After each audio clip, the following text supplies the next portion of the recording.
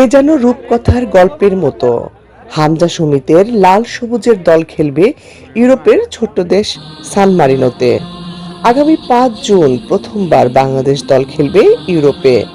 আর এই খেলা নিয়ে ইতালি প্রবাসী ফুটবল প্রেমীরা আনন্দে আত্মহারা। তো বাংলাদেশে কখনো যাওয়া হয় নাই তেমন, তো বাংলাদেশের টিমের খেলাও দেখা হয় নাই, স্টেডিয়ামে যাওয়া হয় নাই, গ্যালারিতে বাংলাদেশের হামজাদের খেলা কখনো দেখি নাই। তো যেহেতু এখন ওরা ইটালিতে আসতেছে সান মারিনোতে, তো আমরা অনেক আনন্দিত। বিশেষ করে প্রবাসে বেড়ে ওঠা দ্বিতীয় প্রজন্ম, যারা বিদেশের মাটিতে ফুটবল খেলার সঙ্গে একটি অবিচ্ছেদ্য সম্পর্ক গড়ে তুলেছে। কখনো মাঠে বল নিয়ে, কখনো বা টুর্নামেন্টের আয়োজক হিসেবে, আবার কখনো গ্যালারিতে বসে থাকা লাল সবুজের পতাকা ধরে দর্শক সারিতে।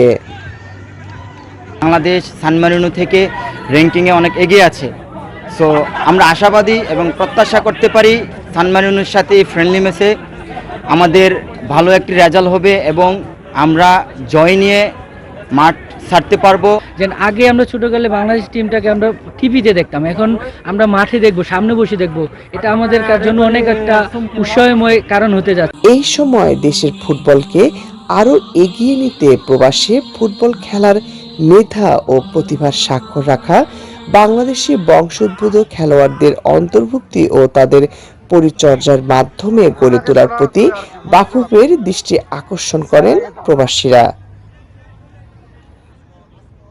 বাংলাদেশ ফুটবল ফেডারেশন যদি একটু সদয় দৃষ্টি দেয়, আমরা জানি এখান থেকে আবার হামজা বেড়ে উঠবে, আবার সৌমিত উঠবে, আবার ফাহিমের মতন একটা প্লেয়ার আমরা খুঁজে পেতে পারি এবং প্রবাসীর প্লেয়াররাই কিন্তু বাংলাদেশকে একটা ভালো একটা রিপ্রেজেন্ট করতে পারে। বর্তমানে যেই বাংলাদেশের জাতীয় দল খেলছে সেখানে কিন্তু প্রবাসী খেলোয়াড়দের কিন্তু একটা বড় ধরনের একটা আমরা আমরা আমরা অন্তর্ভুক্তি দেখতে পাচ্ছি, দিচ্ছে।